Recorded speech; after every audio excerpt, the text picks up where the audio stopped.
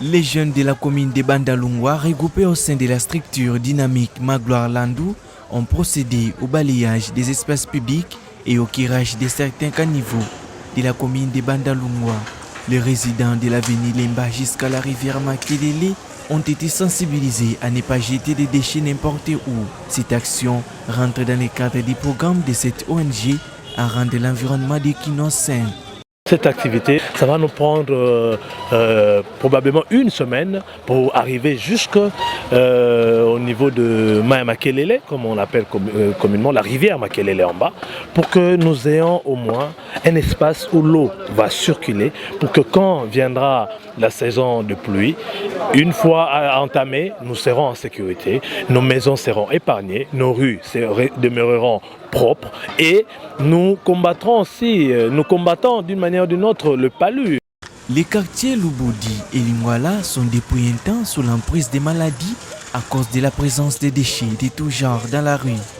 Ces membres de la dynamique n'ont pas manqué à attirer l'attention des habitants à gérer d'une façon responsable l'air détruit dans les soucis de lutter contre les maladies dont sont victimes la plupart des habitants de ces quartiers de la capitale. Donc, la population doit comprendre que tout ça et que si ces caniveaux ne sont pas bien entretenus, s'ils versent des déchets dans les caniveaux, ils seront d'abord les premières victimes des maladies. Et après, ils doivent veiller à ce que ces histoires ne soient pas négligées à nouveau. Cette organisation s'est engagée depuis un temps au niveau de la ville dans la protection de l'environnement et l'assainissement afin d'apporter sa pierre à l'édifice dans la vision de rendre Kinshasa propre. Ses membres ont condamné les actes d'incivisme consistant à jeter les immondices dans des caniveaux.